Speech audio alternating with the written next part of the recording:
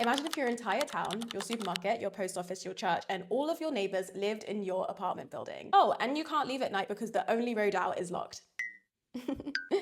No, this is not a joke. Oh my god, this is my worst nightmare. I'm getting claustrophobic just thinking about it. Welcome to Whittier, Alaska. Population 300, and almost all of them live inside one Cold War era building called Begich Towers. So how did an entire town end up living under one roof, and what does that do to people? Begich Towers was originally built in the 1950s as a no-frills Cold War military barracks. When the military left, the Alaska Railroad took over the land, which means no one can legally build their own houses. So everyone just kind of stayed in the towers. Today, the building contains apartments, a post office, a general store, laundromat, a church, bed and breakfast, conference room, indoor playground, and a school connected by a tunnel. It's basically vertical urban planning, but by accident. Outside, the weather is brutal. Tundra winds, heavy snow, and pouring rains. In 1964, it was even hit by a 9.2 magnitude earthquake, one of the largest ever recorded, followed by a tsunami just for good measure. And I thought the weather was bad in the Netherlands. Maybe I shouldn't complain so much. But Begich Towers still stayed standing, and living separately just doesn't really make sense here. So instead, the community bunkered inwards. And another thing, to even get to Whittier, you have to drive through a 2.5-mile one-lane tunnel bored through solid rock. It changes directions every 30 minutes, stops if a train needs to pass, and at nighttime, it closes completely. You are totally cut off from the outside world until morning. When I was researching this, I was expecting a story about claustrophobia.